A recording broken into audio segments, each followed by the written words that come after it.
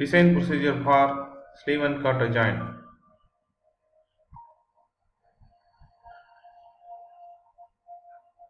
Sleeve and cutter joint la irukக்கூடிய parts rod, enlarged rod, sleeve, cutters.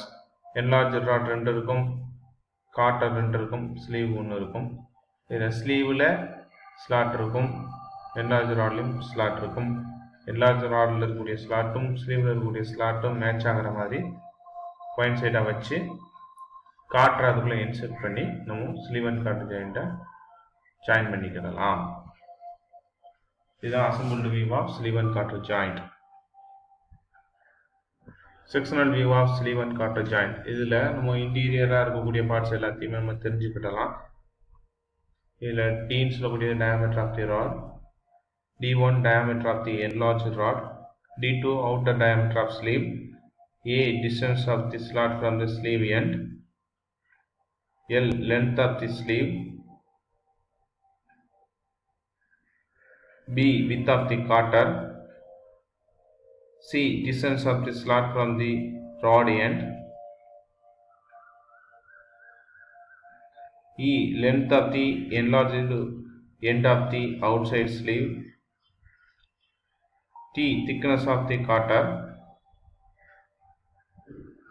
This is sleeve and cutter joint order full sectional view.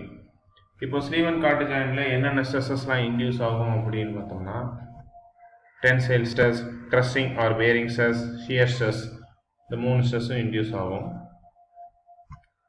Tensile stress அப்படின்னா when the material is under tension it is known as tensile. The forces that are acting along the axis of forces are responsible for the stretching of the material. The external force per unit area of the material resisting in the stretch of the material is known as tensile stress.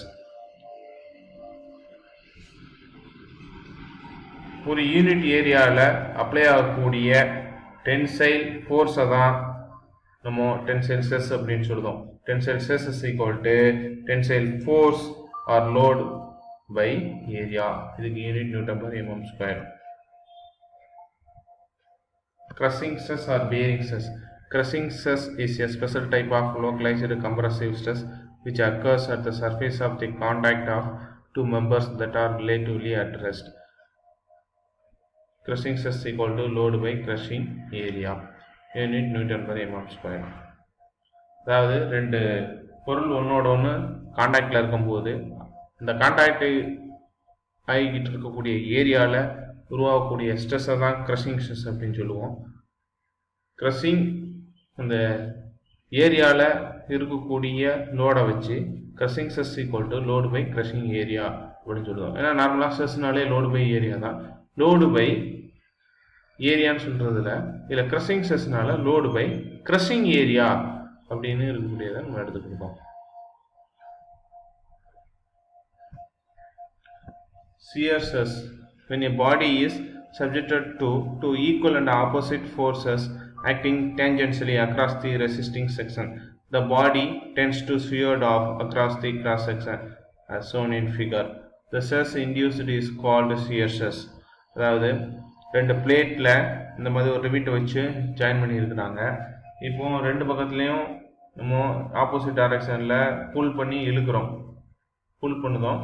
ஃபோர்ஸை புல் பண்ணும்போது நமக்கு ரிவிட்டானது உடையும். அப்படி உடையிறத தான் shear அப்படின்னு சொல்லுவாங்க. அந்த shear force வந்து எந்த இடத்துல இந்த ரிவிட்டில் அப்ளை ஆகிருக்கும் அப்படின்னா இந்த இடத்துல தான் அப்ளை ஆகிருக்கும். இந்த ஏரியாவை தான் நம்ம சிஎஸ்எஸ் கால்குலேஷனுக்கு எடுத்திருப்போம். ஸ்ட்ரெஸ்னாலே லோடு பை ஏரியா தான். அப்போ CSS equal to load by shearing area. Shearing ஏரியான்னு சொல்லக்கூடியது இந்த ஏரியா.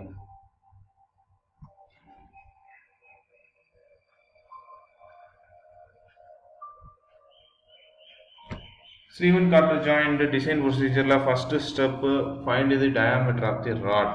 அதாவது இந்த D வச்சு தான் எல்லா டைமென்ஷனும் இருக்கு. இந்த டயாமீட்டர்னு சொல்லக்கூடிய இந்த D ஓட அளவை வச்சு தான் மிச்சம் இருக்கக்கூடிய டைமென்ஷன்ஸ் பூராமே இருக்கு. அப்போ இந்த D கண்டுபிடிக்கிறது தான் ஃபர்ஸ்ட் ஸ்டெப் நமக்கு. அது எப்படி கண்டுபிடிக்கணும் அப்படின்னா stress equal to load by area தான். இதில் tensile stress P by A. ஏன்னு சொல்லக்கூடியது area of the rod. Rod வந்து ரவுண்டு கிராஸ் செக்ஷன் சொல்லும்போது pi by 4 into d square. அப்போ சிக்மா டி ஈக்குவல் இந்த 4 மேலே பெறுது 4p divide by into d square. அப்போ d equal root of 4 into p into pi into sigma t. இப்போ நம்ம கண்டுபிடிச்சிருக்கக்கூடிய டயாமீட்டரை வச்சு அடுத்த ரெண்டாவது ஸ்டெப்பில் என்ன செய்ய போகிறோம்னா எல்லா பார்ட்ஸோட டைமென்ஷன்ஸ் கால்குலேட் பண்ண போகிறோம். D1, D2, A, L, small L, B, C, E, T இது எல்லாமே நம்ம கால்குலேட் பண்ணணும். இப்போ D1 1.3 டைம்ஸ் ஆஃப் D இது வந்து diameter of the enlarge rod. D2ன்னு சொல்லக்கூடியது outer diameter of the sleeve. ஏன்னு சொல்லக்கூடியது distance of the slot from the sleeve end. L சொல்லக்கூடியது L into D length of the sleeve. Small l 4 times of D length of the quarter. B 1.3 times of D width of the quarter. C 1.4 times of D distance of the slot from the rod end. E 0.5 times of D length of the enlarged end of the outside sleeve.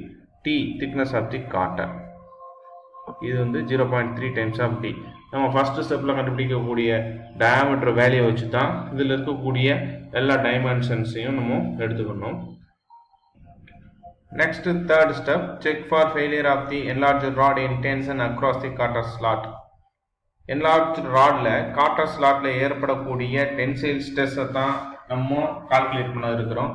Tensile stress calculate பண்ணணும்னா tensile area வேணும். அப்போ tensile force act ஆகக்கூடிய area இந்த red கலரில் mark பண்ணியிருக்கக்கூடிய area தான். இந்த area வச்சு தான் நம்ம என்ன செய்யணும் அப்படின்னா இன்டியூஸ் ஆகக்கூடிய டென்சைல் ஸ்ட்ரெஸ்ஸை நம்ம கால்குலேட் பண்ணணும். எப்படின்னா induced tensile stress load by tearing area of enlarge rod across the cotter slot. இந்த ரெட் கலரில் மார்க் பண்ணியிருக்கக்கூடியதான். இதில் ஃபார்முலா ஏரியா அந்த வந்து ஹேச்சிங் பண்ணியிருக்கக்கூடிய ஏரியா தான். Area is equal to pi by 4 into d1 square minus d1 into t. இந்த ஏரியா இருக்கக்கூடிய ஃபார்முலா தான் நம்ம இங்கே அப்ளை பண்ணியிருக்கோம். Induced tensile stress equal to p by pi by 4 into d1 square minus d1 into t. Unit newton per mm square. Induce ஆகக்கூடிய tensile stress reversible stress கண்டிப்பாக கம்மியாக இருந்துச்சுன்னா என்லார்ஜ் ராடு வந்து டென்சைல் ஸ்ட்ரெஸ்ஸில் பிரேக் ஆகாது. Fourth step, check for failure of sleeve and tension across quarter slot. இதில் ஸ்லீவில் வரக்கூடிய tensile stress அதை calculate பண்ணணும். இப்போ ஸ்லீவோட ஏரியா நமக்கு தெரியணும். Tensile force acting cross section இன் ஸ்லீவ் இந்த ரெட் கலரில் மார்க் பண்ணியிருக்கக்கூடிய ஏரியா தான். இந்த ஏரியாவை கண்டுபிடிக்கிறதுக்கு இருக்கக்கூடிய formula area is equal to pi by 4 d2 square minus d1 square minus d2 minus d1 into t. Induce ஆகக்கூடிய tensile stress is equal to load by tearing area of sleeve across quarter slot. அதுக்கு இருக்கக்கூடிய formula தான் இந்த formula.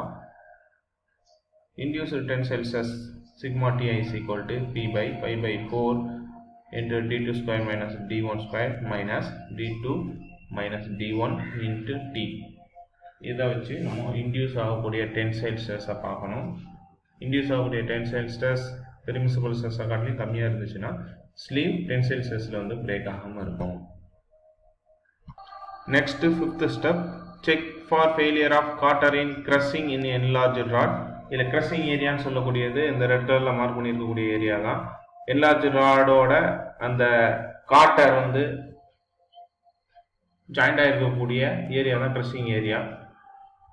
இந்த ஏரியாவை கண்டுபிடிக்கிறதுக்கு இருக்கக்கூடிய formula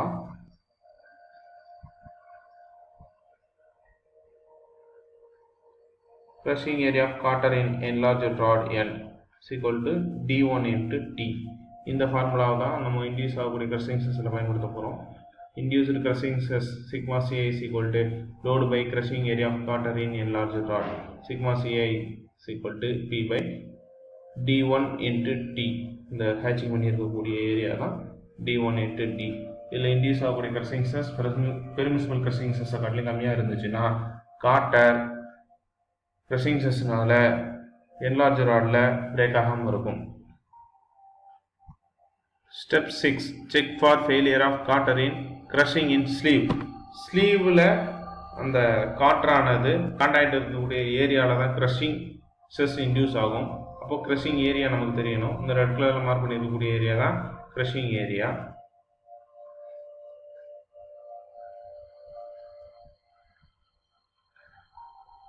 induced crushing stress தான் நம்ம ஃபைண்ட் பண்ணணும். induced crushing stress sigma ci is equal to load by crushing area of cotter in sleeve. அப்போ இதில் இருக்கக்கூடிய ஏரியா வந்து இந்த ரெட் கலரில் மார்க் பண்ணி இருக்கக்கூடிய ஏரியா தான். crushing area of cotter in sleeve is equal to d2 minus d1 into t. இந்த ஃபார்முலா வச்சு நம்ம crushing area sleeveல கண்டுபிடிச்சிடலாம். induced crushing stress is equal to p by d2 minus d1 into t. induce ஆகக்கூடிய crushing stress permissible stress காட்டிலும் கம்மியாக இருந்துச்சுன்னா crushing stressல காற்றானது ஸ்லீவ்ல fail ஆகாம இருக்கும். 7th step, check for failure of cotter in shear. shear forceனால காற்றில் ஏற்படக்கூடிய shear stress தான் நம்ம கால்குலேட் பண்ண போறோம். அப்போ நமக்கு காற்றோட shear ஏரியா தெரியணும். இதில் டபுள் shear ஆகிறதுனால ரெண்டு ஏரியா இதில் காமிச்சிருக்கு. ரெட் கலர் மார்க் பண்ணிருக்கக்கூடிய ஏரியா தான் shear area.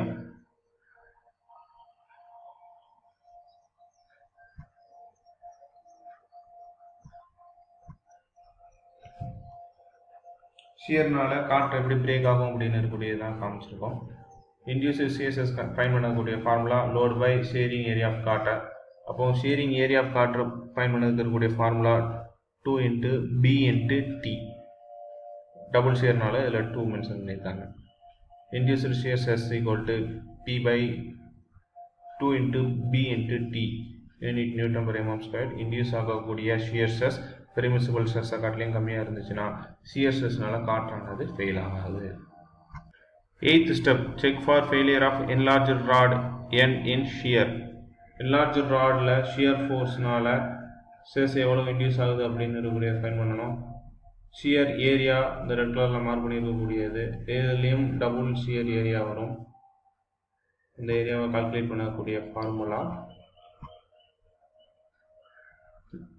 2 into c into d1. Double ஷியர்னால 2 முன்னாடி சேர்த்துருக்கோம். ரெண்டு ஏரியாலையும் ஷியர் ஃபோர்ஸ் ஆக்ட் ஆகும். இந்த ஏரியாலையும் இந்த சைடில் இருக்கக்கூடிய ஏரியாலையும். அதனால் formula 2 into c into d1. Induce ஆகக்கூடிய சிஎஸ்எஸ் பண்ணக்கூடிய formula load by shearing area enlarged radiant. Induced CSS is equal to p by 2 into c into d1 unit Newton per mm square. Induce ஆகக்கூடிய CSS permissible CSS காட்டியும் கம்மியாக இருந்துச்சுன்னா enlarged rod சிஎஸ்எஸ்னால break ஆகாமல் இருக்கும். 9th step, check for failure of sleeve end in shear.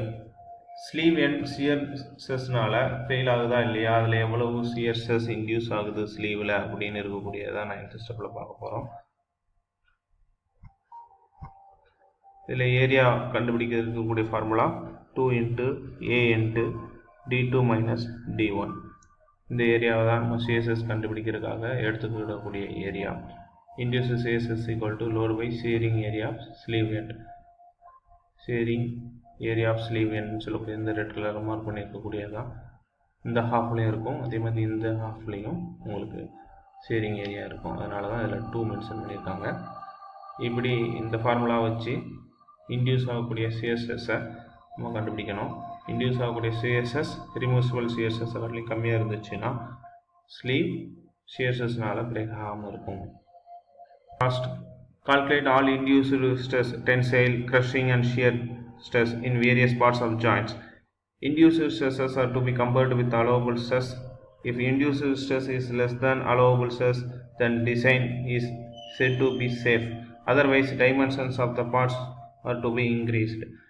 நம்ம எல்லா ஸ்ட்ரெஸ்ஸையும் கண்டுபிடிக்கணும். Tensile stress, crushing stress, shear stress எல்லா பார்ட்ஸ்லையும் நம்ம கண்டுபிடிக்கணும். கண்டுபிடிக்கக்கூடிய இன்டியூஸ் ஆகிருக்கக்கூடிய சியர் ஸ்ட்ரெஸ், இன்டியூஸ் ஆகிருக்கக்கூடிய கிரஷிங் ஸ்ட்ரெஸ், இன்டியூஸ் ஆகிருக்கக்கூடிய டென்சைல் ஸ்ட்ரெஸ் அலோவ் பண்ணியிருக்கக்கூடிய ஸ்ட்ரெஸ்ஸுக்குள்ளே இருந்துச்சுன்னா அந்த பார்ட்ஸ் வந்து சேஃபாக இருக்குன்னு அர்த்தம். இல்லை அப்படின்னா அந்த பார்ட்ஸோட டைமென்ஷன்ஸை மாற்ற வேண்டியது இருக்கும். மாற்றி புது டிசைன் நம்ம உருவாக்க வேண்டியது இருக்கும். தேங்க்யூ.